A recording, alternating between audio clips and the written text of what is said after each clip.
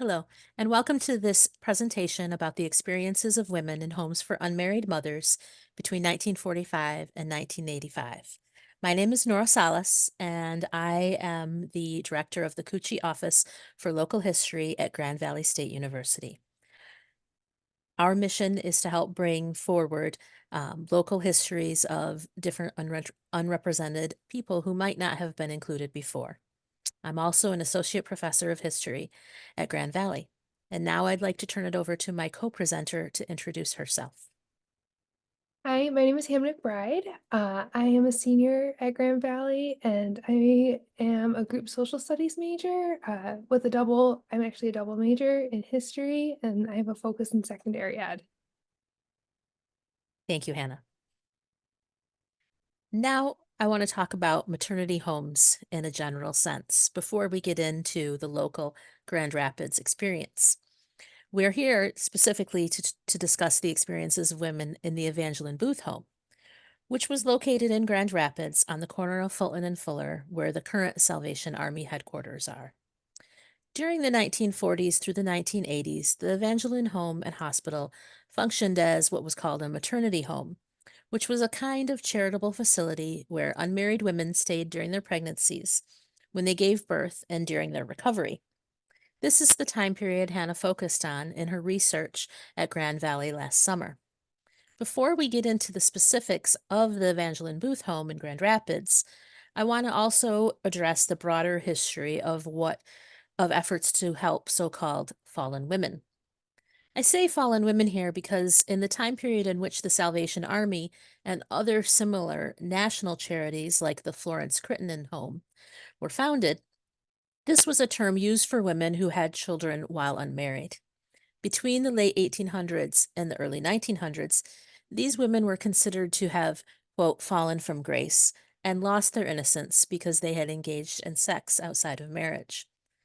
Some viewed them as having fallen prey to unscrupulous men, while others blamed the women themselves for having loved unwisely, as it was called.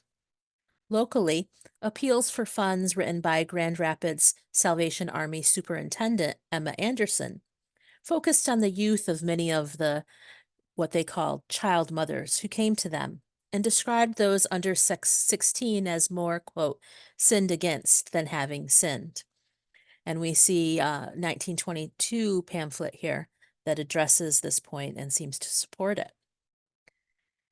During the 19th century, Christian religious reformers like Charles Nelson Crittenden, founder of the Crittenden Homes, and William and Catherine Booth, the founders of the Salvation Army, believed that unmarried pregnant women could be helped by meeting their basic needs and saving their souls through Christian conversion and belief.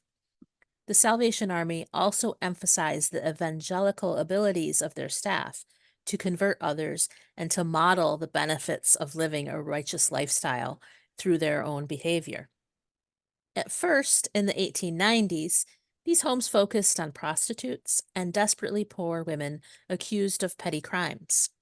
They sought to provide alternatives to crime through housing and job placement.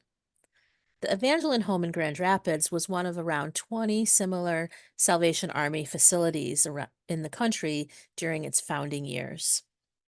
After the turn of the century, maternity homes turned to serving destitute single mothers more broadly. By 1920, there were more than 200 maternity homes run by various charities nationwide. Their focus at this time, was on keeping children with women instead of having them adopted. Looking back on this history, it is often assumed that maternity homes always thought that adoption was the solution to unmarried pregnancy, because this was the case during the last half of the 20th century, closer to our own time. But in the years before World War II, a different policy prevailed in Salvation Army maternity homes and others. Instead of adoption, the Evangeline Home in Grand Rapids was proud that the vast majority of the women it served kept their babies. In the years that this pamphlet was created, just one of 80 babies born at the Evangeline Home was adopted. In fact, before World War II, the Salvation Army maternity homes, like the others, believed that having single women raise their children was essential to their redemption. They had faith that motherhood itself, or what they called mother feeling, what we might label a maternal instinct, would help to make wayward women more responsible and influence them to have a better personal character. The Salvation Army in Grand Rapids also supported unmarried mothers keeping their children because otherwise they would not feel the consequences of their actions, in their view, and might become pregnant outside of wedlock again. At the formal opening of the new Grand Rapids facility in 1913, leader Margaret Keeney declared, quote, "If the girl mothers are made to keep their first babies, in nearly every case it proves the saving of them. The first baby will almost invariably be the last baby to be born under those conditions." End of quote.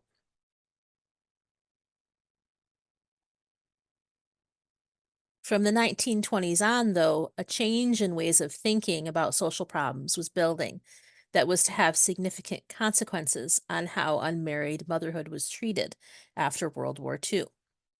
This change is sometimes called by historians the therapeutic turn.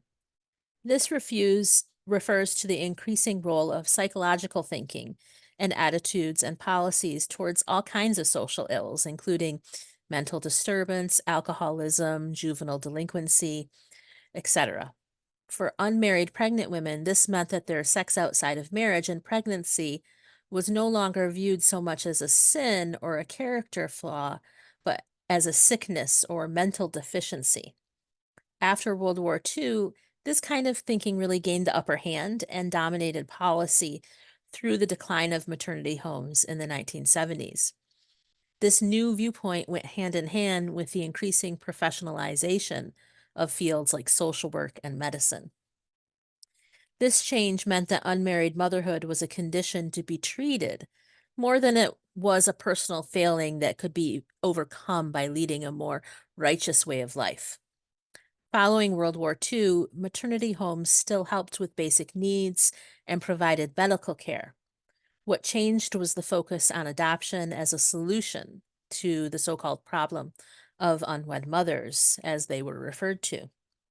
For example, in the year this article was published, 73% of the women who gave birth at the Evangeline home had their babies adopted. Then, leader of the home, Major Mewberry, believed that those women who chose adoption placed the interests of their baby above their own. Experts also now believed that adoption should be the standard, and that unmarried women who kept their babies were mentally unfit, neurotic, or abnormal. This time period is sometimes called the baby scoop era because more than 80% of babies born in maternity homes in those years were placed for adoption.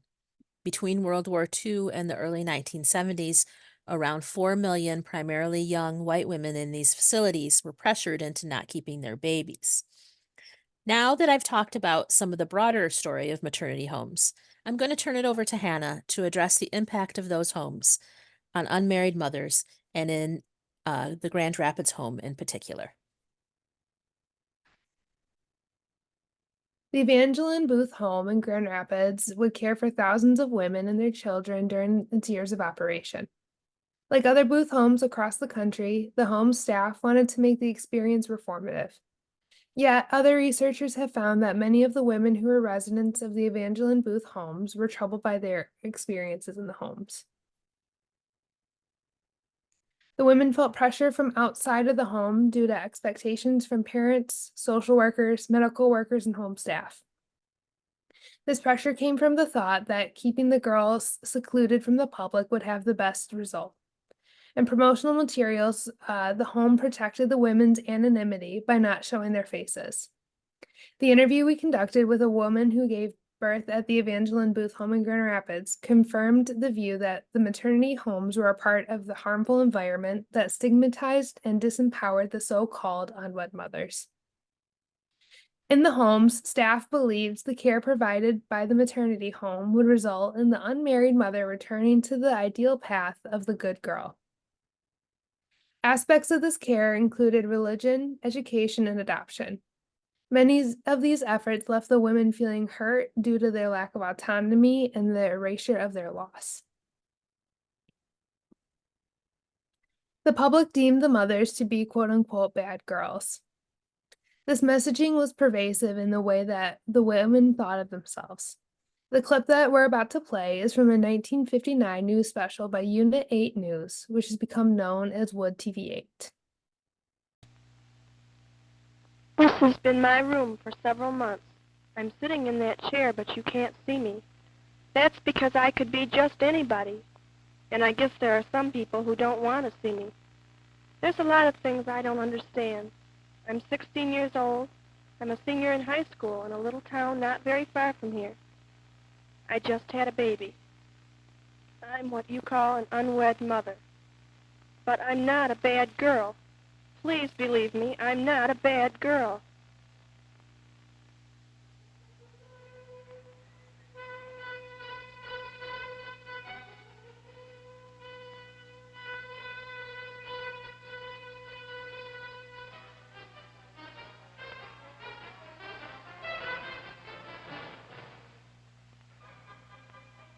This is Unit 8, Electronic Eyes over Western Michigan. Your camera eyes focused on the faces of your neighbors at their jobs, in their homes, schools, churches, playgrounds. Unit 8, an on-the-spot report of human interest, brought to you live by WWII-TV and a distinguished board of subscribers. Today on Unit 8, Bitter Fruit, the story of unwed mothers. Live live from the Evangeline Home and Hospital of Grand Rapids.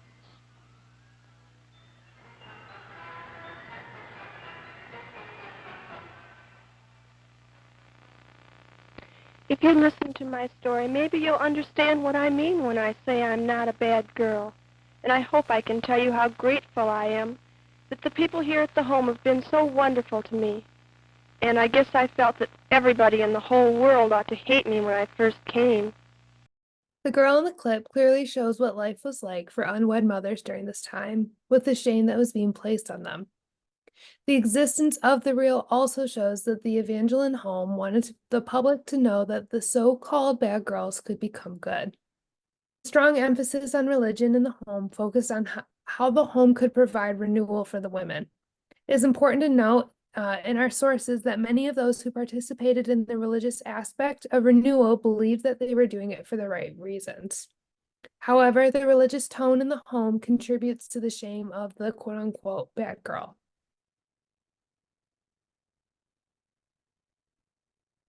Women received an education that reflected the ideas of femininity at the time. In the 1950s, many of the educational courses that were provided for women in the homes across the country were classes in personal grooming, cooking, cleaning, and home building. These classes were very reflective of society's view of women during that time. However, in the 1970s, the home began to provide classes on typing and other secretarial skills, which were very valuable at this time. These classes were very reflective of society's view of women during this time.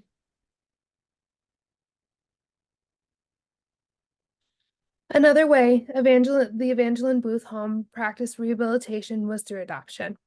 In this practice, the home worked with local organizations like the D.A. Blodgett Home, and the St. John's Home, which was part of the D.A. Blodgett organization, Catholic Social Services, and Bethany Christian Services, when it was first established in 1951. While scholarship still remains critical of the homes themselves, claiming that they were coercive of women, our sources show that this behavior is more reflective of the adoption services. In a pamphlet by Bethany Christian Services, it is evident that the organization views the children that are being cared for as potential additions to the Reformed Church. When referring to the unwed mothers, the pamphlet employs the phrase, not stone casting, but burden lifting. The pamphlet from Bethany implies that those in society are looking to cast stones at the women who are seeking services. But Bethany wants society to withhold their judgment. Bethany wants to lift the quote-unquote burden from the women.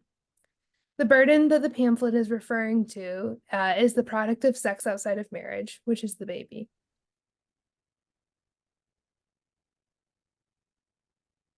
The Evangeline Booth home brought in other outside organizations to aid in their services. The home brought in doctors from St. Mary's, Blodgett, and Butterworth. In these interactions, with the hospitals, it is shown that the heads of the OBGYN departments in these hospitals also wanted to keep the women hidden in the home. When the Evangeline home was being rebuilt, 4 doctors wrote letters to the head of the Evangeline home to state how important it was that the women continue to deliver their babies in the home. The doctors stated a need for privacy and seclusion from the general public. The letters, pamphlets, and newsreel all make it clear that the goal of the home was to conceal the women. In addition to the concealment, there could hopefully be reformation for the women on the path to the good girl. As Nora noted, in 1896, the Salvation Army established the Grand Rapids location of the Evangeline Home and Hospital for Unwed Mothers. In 1913, the home moved to the location on 1215 West Fulton Street in Grand Rapids, Michigan. The home was rebuilt in 1966, and with this rebuild, the home was renamed the Booth Home and Hospital. In its final years of operation, it was renamed the Booth Genesis Home, and the home was in operation for almost 100 years. By 1974, the Booth home was the only home for unmarried mothers left in the state of Michigan. Prior to the passage of Roe v. Wade, the Booth home and its associates maintained that there would always be a need for the home, citing examples of women who could lose their jobs due to being unmarried mothers. Women could sever family ties due to their pregnancy, women who could lose college scholarships, among many other stories. But times had changed, and as the 1970s went on, these types of consequences were much less prevalent. By 1978, the last baby to be born at the Booth Hospital had come and gone, and in the home's 82-year history of providing childbirth services was at an end. Many families and adopted children felt a positive outcome. In the course of this research, many adopted children reached out to us and expressed their gratitude for being adopted. However, this part of the story is not the focus of our research. It has always been the intention to help provide a platform for the women who were the residents of the Evangeline Booth home. With this platform, we hope to remove part of the shame that was placed on these women for so long. Part of this removal of shame, we have made efforts to help these women share their stories in a compassionate and understanding environment.